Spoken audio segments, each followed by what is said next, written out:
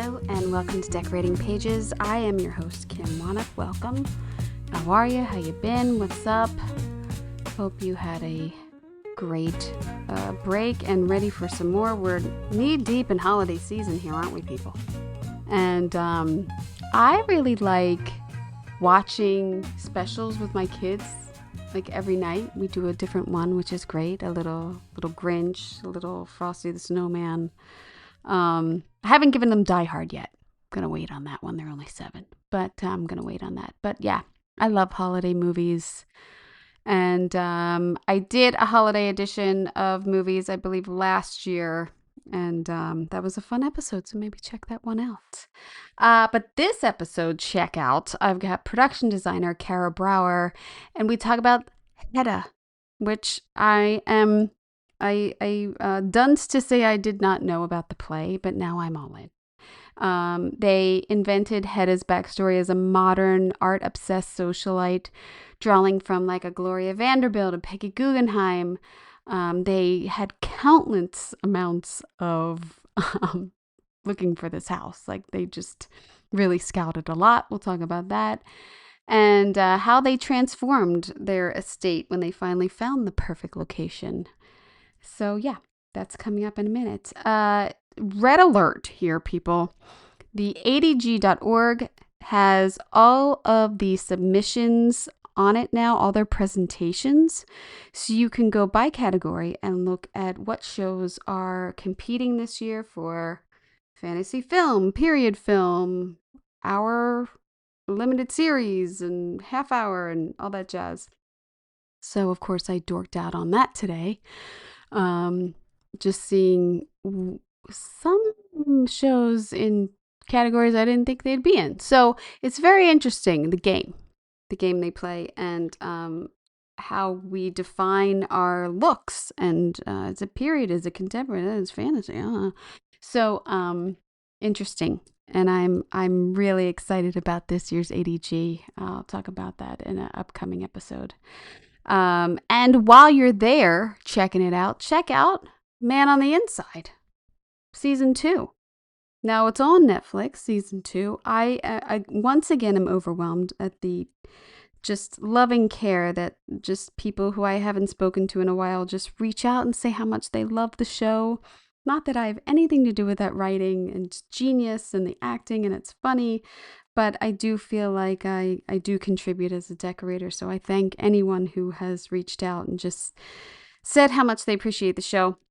I love it. I love the show. I think it's funny. I can't get over how funny Ted Danson is. And I love Sally Struthers. She is a light. She is a shining light. And once again, she steals this every scene she's in. So that is on Netflix if you haven't checked it out.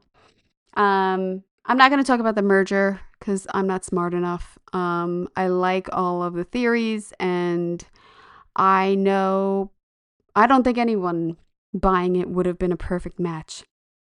But I know this probably isn't popular, but I want to believe that Ted Sarandos, the man running Netflix, has some sort of love of film and television and isn't in it just for the money, and it can be creative, and you see that with the projects that they pick. I mean, Frankenstein, I believe One Battle After Another, there's Train Dreams, like they really do, have great films that they're bringing out. We just need them to be in the theater a little longer, Ted, and not forget about that. Now, today, I don't know, there's some hostile takeover. I don't know how to, I'm not smart enough for that conversation. We'll see how it goes. What one-ups watching? Everything. I'm watching everything. I got that. My BAFTA screeners. Every night I'm watching a different movie. Couple I want to talk about. I did go to 2 screenings that I'm not even allowed to talk about yet. How about that? How crazy is that? One was Avatar. So I can't talk about those yet, but I will soon. And I got a lot to say about them because there's a lot to talk about. But I did watch Wicked, and saw that this past week. Production designer Nathan Crowley and set decorator Lee Sandalis. I mean, I spoke to them 2 years ago when they did Wonka. And what a team.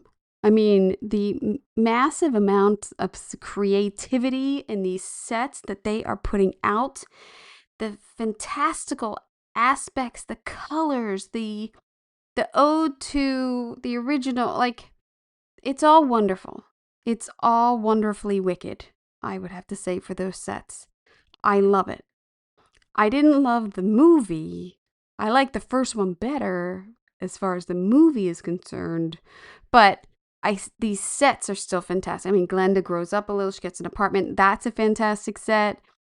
We go a little bit deeper into the wizard's world. I mean, it's really good. It's a great film.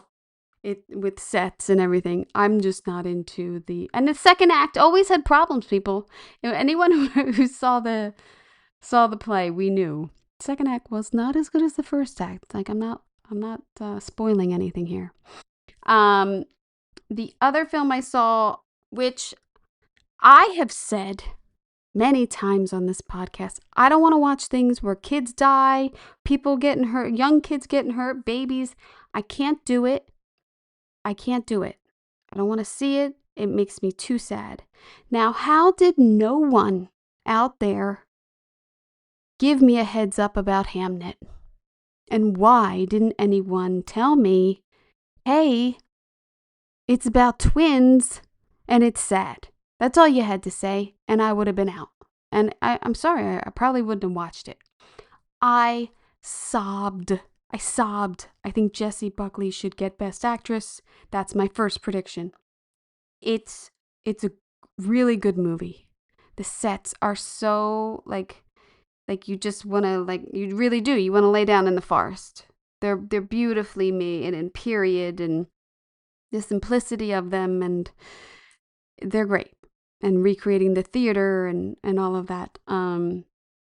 Loved it. Fiona Cromley and Alice Felton, set decorator. Fiona Cromley. I am saying that wrong.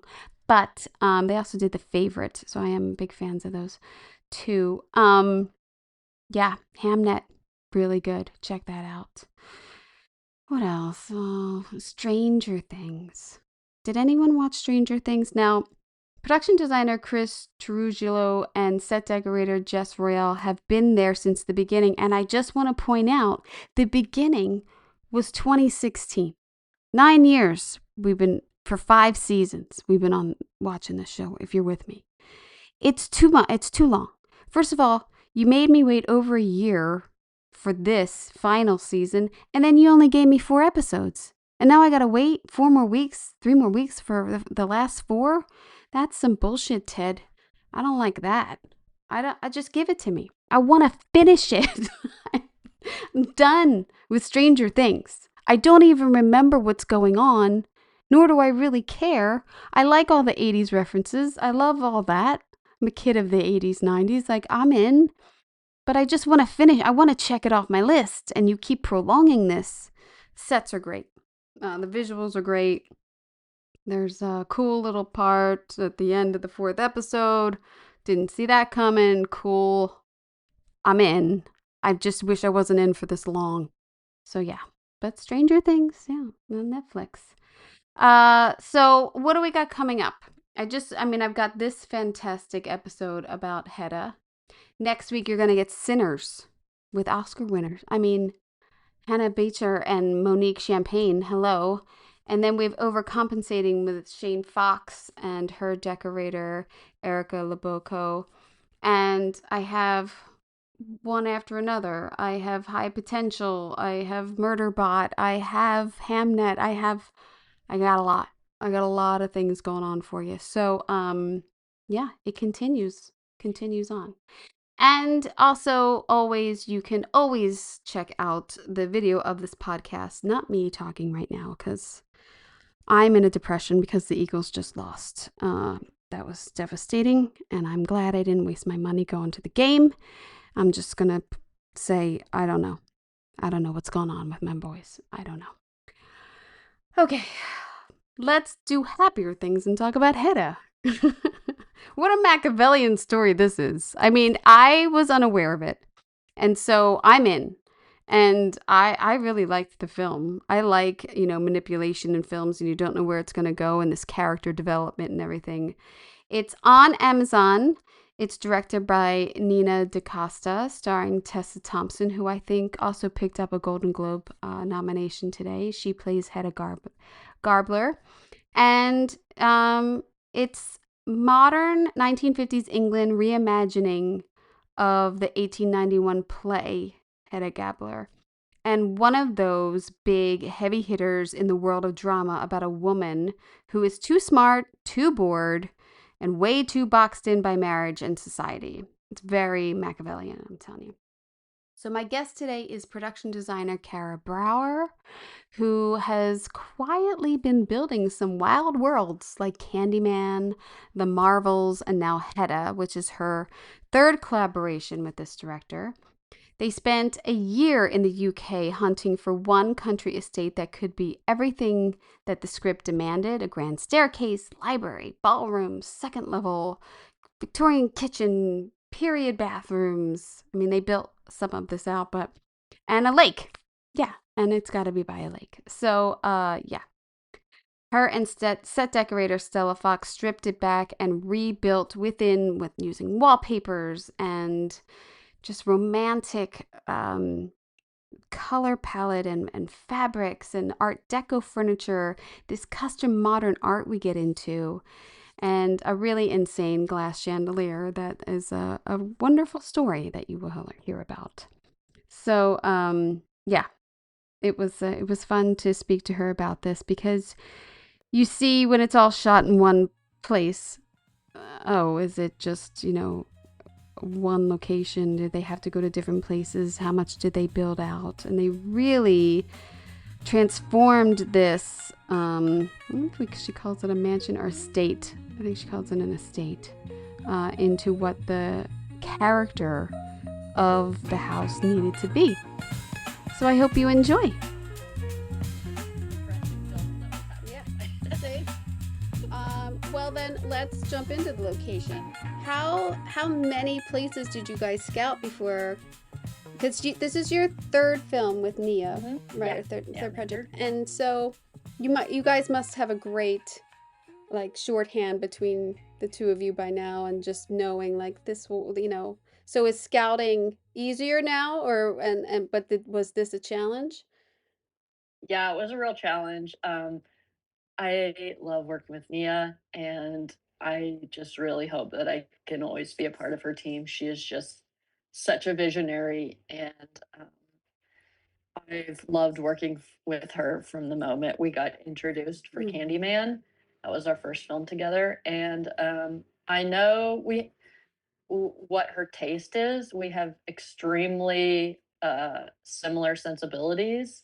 So it makes working together pretty easy Mm. because I can show her, I can show her references, we can talk about it. She tells me what she likes, what she doesn't like. And then, when we're making decisions, 9 times out of 10, she usually loves the direction we're going into. So it makes it really easy. And I've also learned what is very important to her when I read a script. She's the most specific person that knows exactly what she wants, but then is extremely open also, and wants all of her heads of departments to come in with ideas, make the ideas better. Oh, that's So great. it's really kind of a really incredible work experience that I get to have with her. Um, I know that when I read a script, uh, what she's looking for, because she's extremely specific. Where she gets really specific is how she usually lays out a space and how she imagines shooting it. And in the script that I'd gotten for Hedda, she was extremely specific in all the elements that she wanted.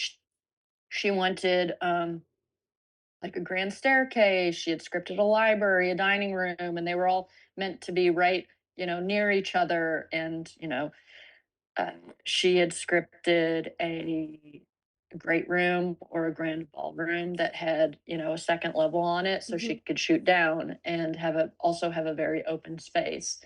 She wanted a Victorian kitchen and a period bathroom. She wanted, she's very specific that she wanted a lake on the property with a view of the house in the background and vice versa. And um, So it's a build. I mean, there's a lot of specifics there to like, it's okay, well, extremely specific. so You that's a also build. needed, yeah, yeah.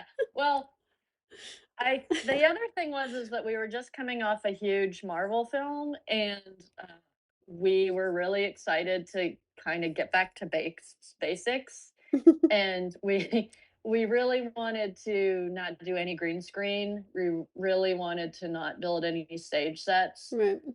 Um, I started a year before we were supposed to start prep looking for this house, and I just so happened to be in the UK that whole year prior to us starting Hedda because we were doing 2 rounds of reshoots. Oh, wow.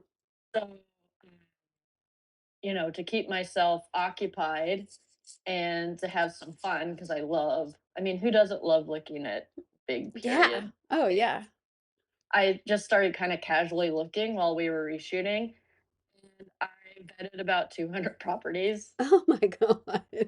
Yes. That sounds crazy, but I it wasn't actually that hard to go through that many because of what I told you, how Yeah. specific Mia was, and also, I knew that I had kind of said to her, "If we don't find the perfect house, we can also cobble a couple houses together and do this Yeah. here and do this there," and, she was just, "I don't wanna do that," she just said upfront, "I really would prefer not to do that," and honestly, I prefer not to do that too, but that was great because that meant, okay, great. I just get to keep looking till I find the right place. And I just knew there's so many incredible country estates in the UK, that I Yeah. just knew that we would find the right thing if we looked hard enough.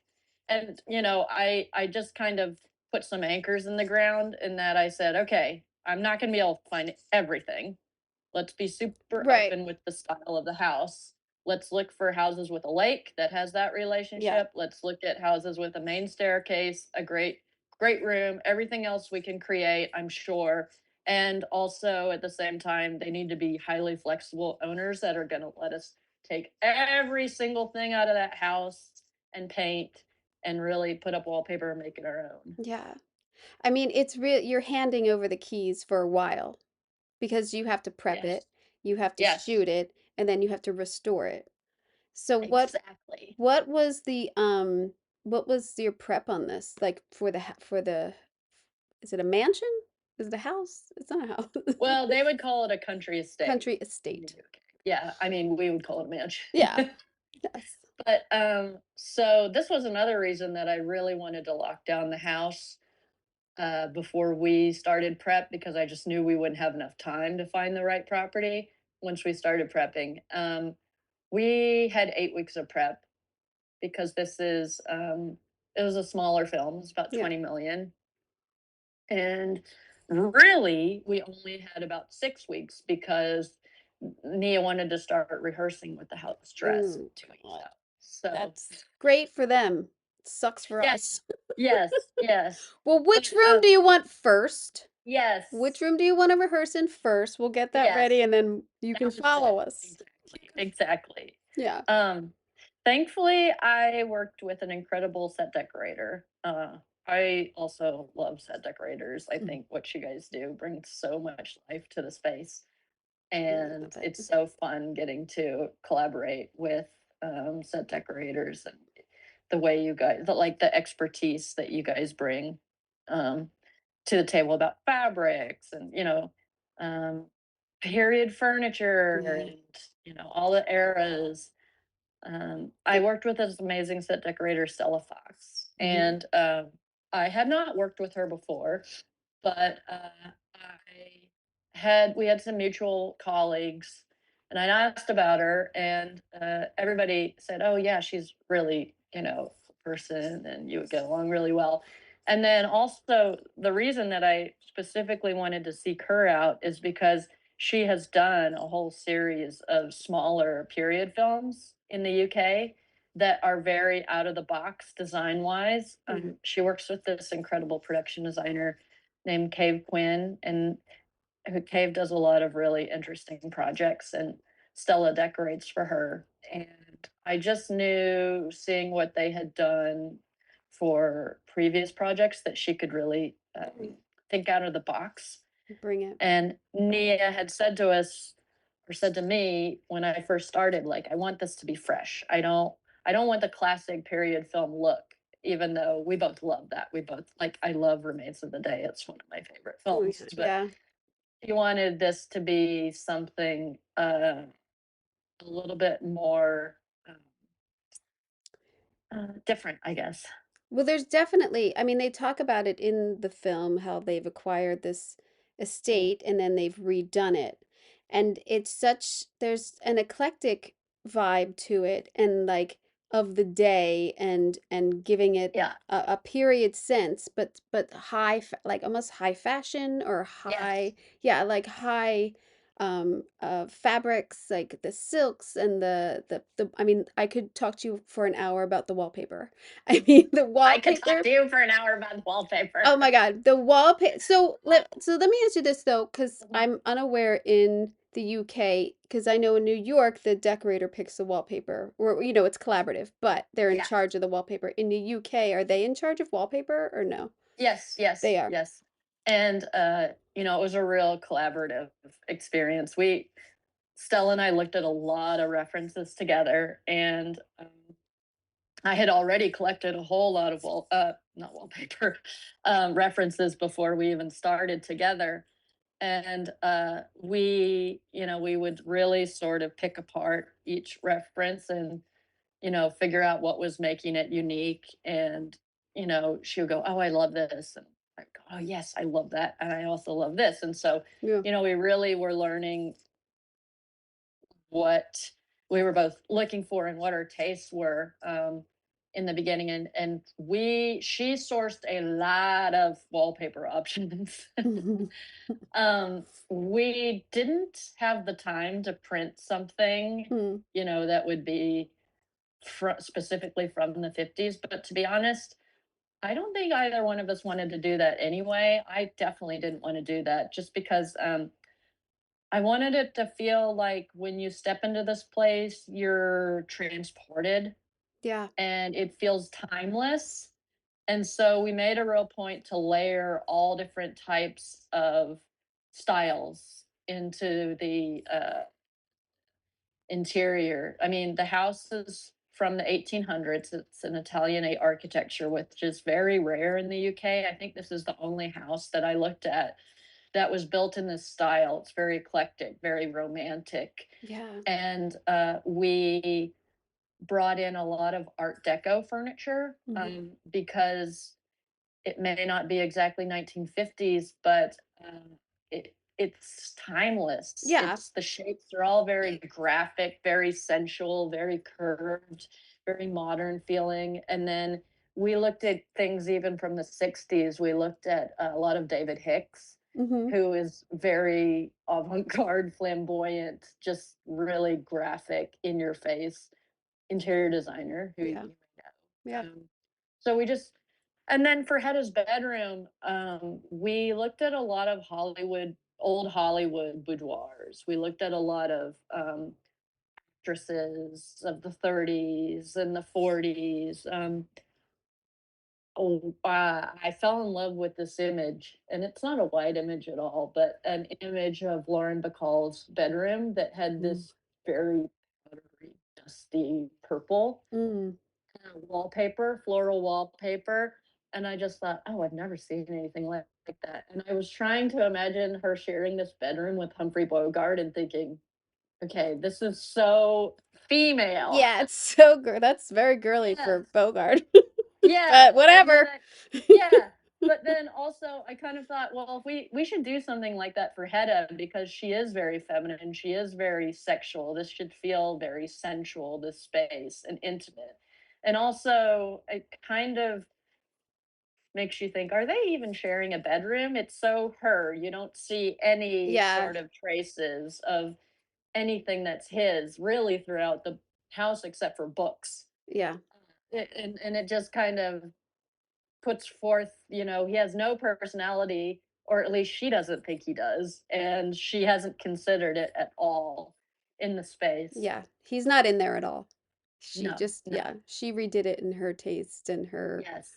um, there is a fantastic, like headboard of fabric that comes up to the ceiling and is draped Yes. down. It's so Yes. beautiful. Um, I was like, I love that. It's so dramatic but subtle because of the fabric choice and the color choices that you have for there because it works so well with the the busyness of the wallpaper. It Yes. it it makes such a statement. It's so beautiful. I just Oh, love that. thank Love you. this room. It's so We beautiful. Thank you. We really reference this image, and I should look to see who exactly it's of, but there was one image that had this type of headboard. Mm-hmm. And I believe it was a silent film actress from the 30s. Mm, And I don't know whether it was a photo shoot or her bedroom, but we were just really taken with that really sleek, yeah. beautiful, but also, elegant, stylish.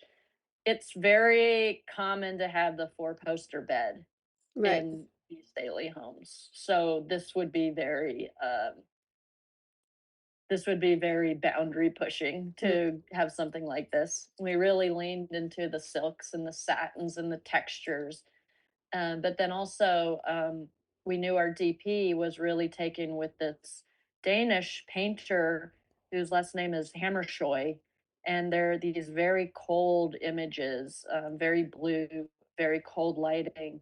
And we knew that he wanted to shoot her room like this. mm-hmm. So we really leaned into trying to make it luxurious, but also cold, very cold. There's lots of mirrored furniture. Yes, hard Uh, hard surfaces yeah, to hard the surfaces. The drapery is kind of this blue gray two-tone fabric that looks gray, sometimes blue, sometimes um, there's that kind of pea green that we've really leaned into. And then the purple is, I think, a very dusty, yeah. um, The pa desaturated, yeah. I mean not it's a joyful, muted it's a muted palette muted. in there. Yes, I was wondering if this was a build because they shoot in here so much and have some really like important scenes and everything, yeah. but is it a build inside the house or is this the house? It's I'm trying to, in my mind, think what I would consider as a built-in house. It was basically a room, like a Victorian room that the mistress of the house wanted to eventually redo. Mm, She had kind of started at the top floor, and on the second floor, there with their quarters, she had modernized it. And this was kind of a leftover Victorian room that hadn't been touched yet. mm, And so we had free reign to come in, take up the carpet, take down the old oh, wallpaper, nice. repaint, completely put our own, furnishings in there. So we basically had a box and we made it our Nice. own. Yeah. Yeah, because there's a lot of, intimate scenes in there and Mhm. funny scenes and a lot of conversation in that room that's Yes. important. So I was like, did they build this so that they could control it more? But that's great because it's you don't always want the build. You want the realism of what Yes. it is and you don't Yes. want to make it Yes. bigger so the camera can Yes. fit. Like that's annoying. Yes. Oh, I It's, hate that. it's annoying. And thankfully, Sean Bobbitt, our DP, doesn't like that either. Oh, When I learned that with him on the Marvels, I would say, "Do you want me to wild walls, so you can get back with the camera?" He said, "Absolutely not. good. Do not wild any walls because that doesn't make any sense to me. Like, where's the camera then in the space? You're like in a wall. I In the don't. Doesn't make yeah. sense to me." Yeah. I once had a DP, it was like a late shoot and he cut a hole in the wall. he had them cut a hole in the wall. Was it on location? No, no, no. It was our Okay, well, that's stage. It good. was it was a swing set, and the designer came in the next morning and saw that and flipped Yeah, I'm out, sure. flipped out. Oh And my it God. was such a it was years ago. It was such a like, wow, I've always thought of how disrespectful that I is know. to cut a hole in the wall. Like it was I like, know. I know. yeah. So I always think of that. I'm like, oh man, I hope they didn't cut a hole in the wall. No. Well, Um, the other thing about the bedroom is that in the script, she had only scripted one scene in that bedroom, oh, and the rest was supposed to happen in a guest bedroom. And I just thought when I read that, I thought I took note of that, and I thought I'm gonna see if we can move everything in here because yeah. number one, let's make this room really special. This is a complete and direct should be in a direct interpretation of her character and say something about her, and it should be luxurious. And number two, it's going to make those scenes that much richer if Yeah, it's in her in her opposing room. space Yeah, and with her in control. yeah, And as soon as I said that, Nia said, "Oh, let me think about it." And then she said, "Yeah, you know what? I think that's a great idea." yeah, And that's when I watched the film, we've talked about it since, but it just made those scenes so much richer, I oh think. yeah, it's her playing ground. It's her game. Yes. So Yes, keeping it exactly. in her space is so much more controlled. Yes, exactly. She's fucked up. She's a mess. I know this is I'm just, I we have the podcast, but then, this will be on YouTube and you can see all this. But are these are your renderings, right? Yeah. Yeah. I'm just making sure because sometimes I'm like, is that a rendering? Our renderings are so good now. Oh, I know. So, And I love this illustrator that I've gotten to work with called Carl Simon Gustafsson. He's Scandinavian, but he lives in the UK. And I worked with him. He was one of my fabulous illustrators on the Marvels. But then I also brought him onto this just for a limited time because it was very small. But it helped me so much kind of see how everything was working together and sell it to Nia as well. yeah, I it's have a hard time kind of imagining all the elements together sometimes, and we didn't have a lot of time. So I yeah, it's wanted helpful. to, Everyone on the yeah, same page. see. Everybody, this is what we're Yes, getting.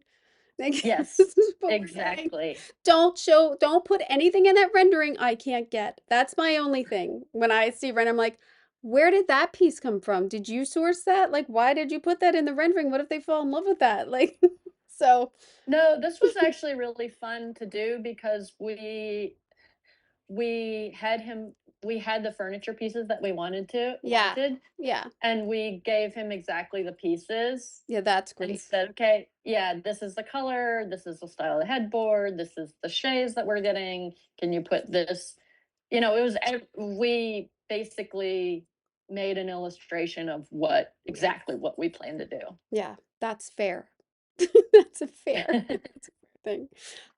There is a gorgeous staircase in with the stained glass, and there's a Mhm. very important scene over underneath the staircase, which is a great Yes. little nook. I don't know if Hmm. you built that out or if that's a great little like what is it like a phone? Because sometimes there's like little nooks Yeah. for like a telephone. Yes. Was it that? Yes. Yeah, yeah. Uh, No, we built that. oh, you built that. Oh, it's Yes, great. It's we so built great. that. I was always see, this is the other fantastic thing about getting to scout so many places because I went to one place and I did see a little telephone room like that, and I do think they had a little glass. I think they had. I Like a mean, they had a door partition. on it, but yeah, Yeah. they had a glass. It was a glass partition with a door, and I just oh, this is so cool. And I think it was very near the stairs. I don't know if it was exactly under this, but I always thought, well, I mean, I only saw one telephone room in all of 200 houses, even though it was a Wow. thing. Um, but I always was taking notes on any house that I looked at, thinking, okay, does this have a really great space for where we can make a little telephone room? And it has, if you look to the left behind her, underneath that staircase, there's actually a bathroom there. Mm. So it had a little nook To already, overhear. and yeah, it had a step down. We Mhm. just added the partition, and Neil loved it. It's worked out really well. it's a great scene, and it I don't know, like to me it's like the architecture changed over there, or like the I don't know, the pillars reminded me more of like she was in confession kind of. Yes, Yeah. yes, It exactly. was Yes. so gorgeous, and the way it's lit and everything is so great. It's a really it's a scene, but that I don't want to give anything away, but it's a beautiful design of that private scene happening. So it's really worked fantastic. I also had an incredible set designer named Andrew Eklund Snow.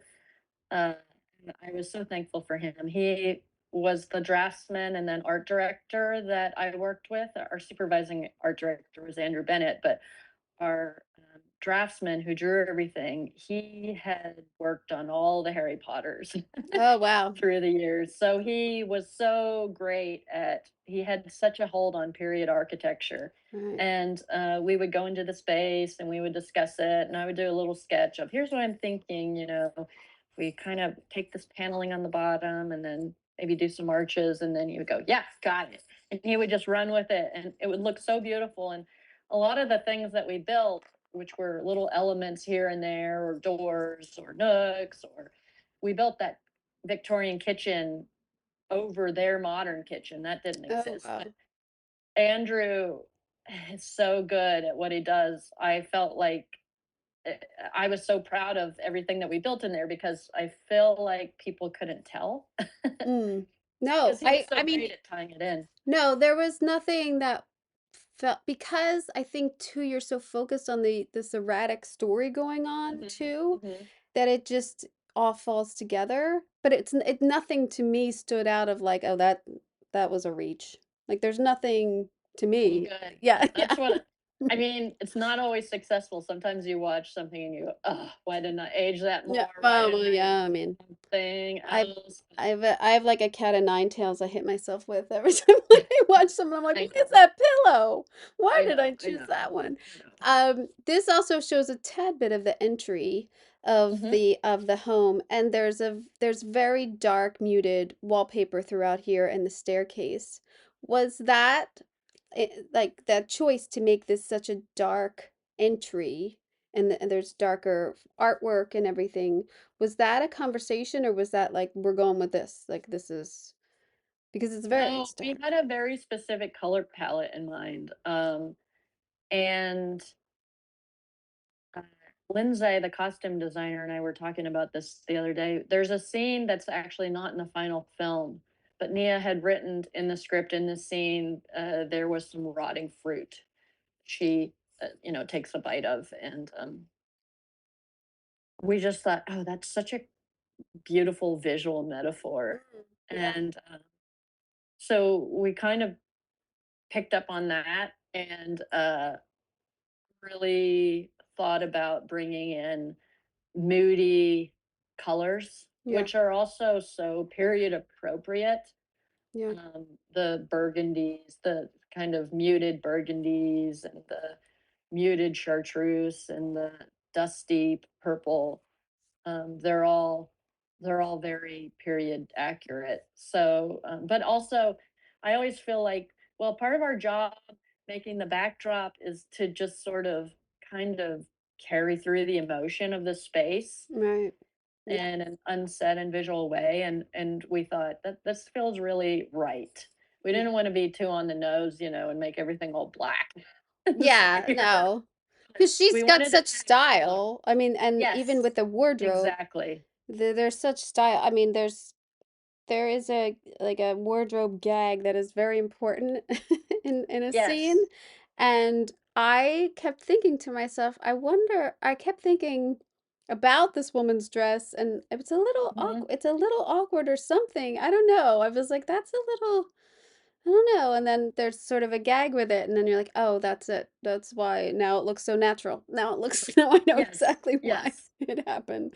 But Yeah, that was I have to give a lot of credit to Lindsay because she had to work backwards from that pivotal scene. yeah, I And could see. since then, since we've been talking a lot about the film, um, I've heard her speak a lot how she wanted it to feel like a very um feminine version of a male suit. Yeah, So, that's why she's went with the navy and the classic navy and which cream. yeah. And then yeah, I mean, all the characters are kind of in muted colors, or at least there's nothing. I don't think there's anything really bright going on. Mm. Yeah, even all the well, the some of maybe one or two of the dresses she has that chick try on. Yeah. One or maybe like a teal or something, but yeah, no, that was great. Artwork in the film Mhm. is very like it's very of the day and very like modern for the house. How did you guys come Yes. upon wanting modern artwork in there? Well, when I was trying to figure out the backstory, the for why this house would feel different. Because Nia, as I said, Nia had said up front, I really want this to feel fresh. I don't want this to feel like the usual period film. I want it to have its own look. And so I thought, oh, this is so cool. Like we're gonna world build, but then also you think, well, I want to find some justification so it still has some reality to it. I don't want it to feel different just to be different. So I started researching a lot of socialites of the day, and that Mm, really opened up the reasoning for me. I looked at a lot of interiors of Gloria Vanderbilt, Lee Radziwill, who's Jackie O's yeah. sister. Peggy Guggenheim. Peggy She was Guggenheim, huge. yes, I Yeah, did, yes, yeah. Peggy Guggenheim. There was a Irish, socialite called Una Guinness of the Mm-hmm. Guinness family, and her father had bought for her this, sprawling country estate in Ireland, and in the 30s and 40s, she had completely done it up in a very, very fun, you know, fantastical way, and, that's when I realized, oh, we can really do anything here because I saw what this woman did, and she had rose-colored carpet and a four-poster bed with hot pink and bright magenta canopy, satin canopy around. She had chartreuse carpet. She had, bright pink and purple wallpaper. She really put a stamp on it in her own way, and she had modern art. And I was thinking of Peggy Guggenheim and also Gloria Vanderbilt. These people that really bucked tradition and said, I'm modern. I want to live amongst bohemians, artists. Like Yeah. I don't care about the history. And also, Hedda doesn't really have any sort of family history. It would be so gauche. Having spent enough time in the UK, it would be so gauche and shocking for, someone to completely clear out all the history and antiques and portraits from a country estate Right. and do it up in a very modern way. But I felt like that's so Hedda, just kind of being a provocateur Yeah. and Una had a lot of modern art, that she had been gifted from the artists of the day. So we love the idea of having modern art in there. And I love the contrast that it makes. And also it would be so shocking for George's guests to come in and see this kind Yeah. of boundary pushing art. Um, because Stella has worked on this type of film a lot and created her own art for movies, she immediately said, "Well, let's do that. Let's create our own art." I know this amazing painter who's worked with me a lot, Thomasina Smith. She's a scenic painter, but she's also an artist. She had a studio in East London, and we had our graphics team kind of mock up paintings in the style of, and then Hmm. Thomasina would make them into beautiful pieces. We had Stella and I had put together, pages of artists that we wanted to reference, like Willem de Kooning, Helen Frankenthaler, even George Brock and George O'Keeffe, Arthur Dove. I could go on, Mm. but I I really, I mean, some of these are very original, looking back at some of the references that we had, and, Yeah, I just think they added a nice contrast to Oh, space. oh yeah. I mean, even I don't have great wides, but like the beginning of the film, you find her being interrogated at a table, Yes. and behind her Mhm. is a gorgeous, modern impressionist, well, not impressionist, but like almost Like a like cubist yeah, abstract. cubist type Yeah. painting behind her, and it just even in the beginning you're like, oh, this is a little different. This isn't like you like Yeah. even in that first scene you get it. I love that scene, Yeah. and I had no idea she was gonna feature that painting like that, Oh, Nia, it's in great. the shots. So, when, we first started talking about, the ideas for the design, I brought the book on Una Guinness's estate Mm. to Nia, and we were talking about the socialite aspect, and she loved that idea, and that reasoning. And so we were flipping through the book, and we would stop and talk about things that we liked. And uh, the dining room at Lugala, that's the name of the estate, Lugala Estate, had a beautiful mirror with a portrait of her son, who ended up taking over the house Oh. in the 60s. And he had a self portrait hanging over a mirror like that. And Nia caught that and said, "Oh my God, I love that. That's so cool. Can we do that?" I said, "Yeah." And so, we put a mirror above that, fireplace, and then, we we worked to make a painting that would really represent her. I had a real specific, image in my mind of what I thought it should be, and I sketched I did a very rough sketch on my iPad, and then, we gave it to the graphics team and to Thomasina and kind of all made it better than my sketch. But it was really cool to see in the dailies that shot that she had done with it Yeah. right behind her. And then, Nia said to me, "I love this. I just love the idea of the mistress of the house and this very severe, angular, aggressive painting, Yeah. looking over everybody, in the dinner scene and the interrogation scene." And it's actually hanging in Nia's dining room now. Oh, that's great. I That's a know. compliment. That's Yeah. great. Yeah, that the dining room scene is fantastic too, and the dressing of the table and the lighting Mm, in the room and everything is so fantastic. That's a great looking scene too. that Um, was so fun. That's where Stella got to really run wild. yeah. I mean, that's what I love so much about working with set decorators is that I can just bring a couple, images and go, I want it to be like this, but I'm not an expert in, table settings or, Wow. and then she gets into the details and puts it all together. And Setting the tables and picking the silverware, it all has to work together. It's an yes, amazing thing. yes. Yeah. No, it's great. Um, I don't believe I have it, but there is a chandelier gag also. Hmm. Um, was that and that it's an amazing atrium in Oh, that yeah. home. Oh I my God. know.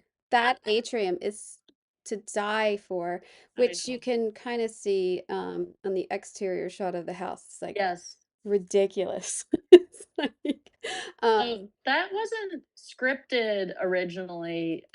It's just that's also what I love about being on location is that you sometimes are presented with ideas that are even better when with any than anything you would have actually thought of. yeah. And the chandelier crash was scripted in the library, which Mm, you know with that specific house would not have worked. The ceiling wouldn't have been high enough to do it anyway. And once we got, once we saw this house, um, that we moved it into the conservatory. Number one, because it's such a incredible space, yeah. and we just thought we have to do a scene in here. I mean, how can you have this atrium and not use it? And then also, it just sounded so um, just mad to hoist a all glass Yeah. 10-foot tall chandelier into an all glass space. and kind of upped the tension, I feel like, in the scene when it comes crashing down. Because the atrium's about maybe 35, maybe 40 feet tall, I would say. I Yeah, mean, I it's think pretty so. big. Yeah, yeah, Yeah, yeah. and it's just there's a scene, even them hoisting it up in the beginning, that gives you a little tension. So Yes, it's like yes. set dressing in motion. It's like, and then the gag of it, and that is always taking takes a lot of prep. Was that chandelier designed? Was it bought and then fitted? No, that was a huge, huge, undertaking. Yeah, Uh, and it was very cross departmental, and we had so many meetings about it, and we were yeah, so sick of having meetings yes. about it. Special But effects, um, stunts, yes, wardrobe, yes, set dressing, locations, lighting. Okay, yeah, yes. yeah. Don't hurt the floor. Yeah, Don't exactly. yeah. So we built a floor. Yeah. Such a boring thing to spend that much money on, but we Yeah. built a fake stone floor over the existing floor for a number of reasons. Number one, the existing floor had all these garden beds. It wasn't a continuous floor. So it had lots of garden beds, lots of grates Oh. that went down to a heating system, Oh wow. and we wanted to protect their floor, and also we wanted a full space. We wanted to be able to really utilize that entire room. And then in the UK, Set Deck really took on the making of that. I feel like it Mhm. would be kind of an art department thing in the US, but Yeah.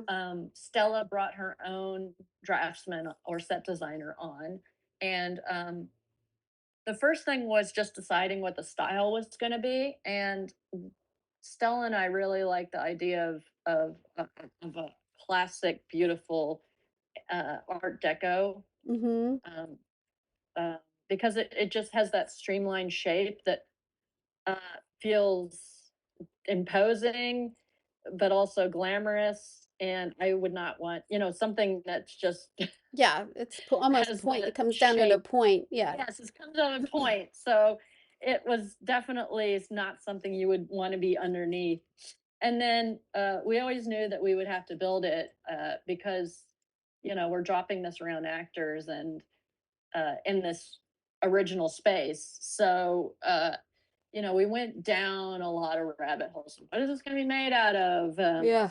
And we went full circle, and it was made with a sugar glass resin. Mm. And we also had it engineered specifically to not weigh any more than what an engineer had come into the space and told us, okay, you can only weigh this Oh my much. God. And also, we needed to figure out, okay, how can we also design it in a way so when it falls down, it just doesn't fall like an upside down Christmas tree and then fall over. We want it to Right. kind of cascade and collapse. And then also, we needed it to light it. Yeah. And That's why I was wondering so, if you had two. yeah, That's why I was like, yeah. oh, did they make two? Because maybe one's practical and the other one we just dropped. No, no. Which is a lot, We but just one, just and one. Wow. we That's made these one rings. take. Yes, Yes. we had these rings of concentric circles that were actually had rods in between that were broken in between each section. So when it fell, it would collapse upon itself. And then because we had these flat rings, Sean could put LEDs, Oh, nice. around, and Yeah. then we could get away from any wires. And then so we made the actual piece, and then special effects was left to figure out how to, use hydraulics, I Right. guess, to release it, and then with the raising of it and have it stutter. And because of time and money, those awesome factors, Mhm. we only could make one of them. Yeah, And that's so it was that's just one take. pressure. And then, yeah. And then, yeah, it was a lot of babysitting too, making sure, Yeah. okay, making sure it gets up there safely because the sugar glass is somewhat fragile, making sure it doesn't break, bringing up the women who made the chandelier pieces, bringing them up to sort of any ones that broke, Uh, replace them. And then And then also we had tropical plants in this conservatory, but then the sugar glass had to be at a specific temperature so it didn't start breaking. My God. So it was just, working with uh, locations to make sure that it was temperature controlled in there. And yeah, it was a giant, giant, giant headache, Yeah. but Yeah. it was well worth it Yeah. because, It's yeah, it, it's it worth it. worked. It looked Yeah, great. It looked great. It did what it was supposed to do. it was supposed to do. And then we were done with it. Yeah. Oh man. Don't you I mean, you kind of wish that like, oh man, I hope that's day the last day so that it's like then we end on that and be done with it. Like I don't have to worry about I that think it anymore. was in the middle, maybe two-thirds of the way through the Okay. shoot. But the other great thing about being in one location is that, we got to do a lot in story order. Mm, that's So, nice. That's always yeah, we nice. didn't yeah, we didn't have to, "Okay, we're going to this house just to do the party, then we're going over here, and then we're going over there, and then we have to, we're gonna drop the chandelier, but then we're gonna do these scenes, so you have to have the chandelier back." We didn't have Yeah. to do any of that, once we dropped the chandelier, that was it. We dropped it. I don't have a picture of the lake that the house is next to, which was your kind of one of your really sticking points of finding Mhm. the estate. So was and you build a big bonfire out there and like Yes. there's like two or three, long scenes out there. And Yes. it bookends out there too in the Yes. very Yes. beginning. So was there was there some manipulate did you have to bring it up more? Did you have to do anything with the water or just that's what it was? Well, Because so the actors are in coincidental. there. So Yeah. yeah, there's dialogue. And so Nia had written this as a summer movie, and we were actually on schedule to shoot it in the summer. But 2 days before we were supposed to start filming, 2 days, the SAG strike Oh happened. boy. If we Yeah. had already started filming, we could have kept going. But Ugh. You should have yeah, two lied. days before, so we had to shut down. And thankfully, the owners let us keep the house dressed like that for Oh 6 months. wow. That's Yes, cool. Thank which was, you. I know, Thank you. Thank but you. when we came back, I was really thinking, "Well, what are we gonna do about this lake scene?" Because now it's January Ugh. and it's a winter film, so what are we gonna do here? And, we're gonna take this scene out or and when I spoke to Nia, she said, "No, I don't want to lose that scene, but can you and your team come up with some ideas to make this appropriate or, make it work for winter?" And that's where we came up with the bonfire idea. Mm. So we said, "Oh, why don't we do a bonfire that's so British?" And that became a whole, special effects. Oh, we got to build a frame for it. We got to Oh have yeah. the different levels Oh of yeah. fire sort of wearing this thing down. And um we waited to the very last day to shoot Tessa in the water because everybody was so afraid that, because this water was ice cold, Did that she if, catch pneumonia? yeah, she would get Yeah. sick. Yeah. So that was the very last day of the shoot, was shooting her getting in the water. Wow. Yeah. That was good. That was good planning Yes. because that could happen. I hope she didn't get sick, but that could happen. And the whole camera had to be out there with her too. I mean, Yes. that was the Yes. big We had a Yeah, setup. we put a platform down so she could, so, we were controlling the level of the water. The lake was covered had brambles all around it, so we Mm. made that little shore. Oh yeah. Um, what else? Yeah, the bonfire. I mean, one of the things that I'm so glad you can't see in the final film was that this just became an absolute mud pit Oh, after 1 hour of filming. And it was just, I mean, it was literally like Glastonbury. oh my God. I can We were out there for a imagine. few nights. Yeah, we were bringing in sod to put over the, mud to try to hide it. And, it was a real mess because it was so wet. Ugh. But thankfully, I think that's where visual effects helped me a little bit with the cleanup Yeah. because it was so muddy and mucky down there. And for wardrobe, that always sucks too.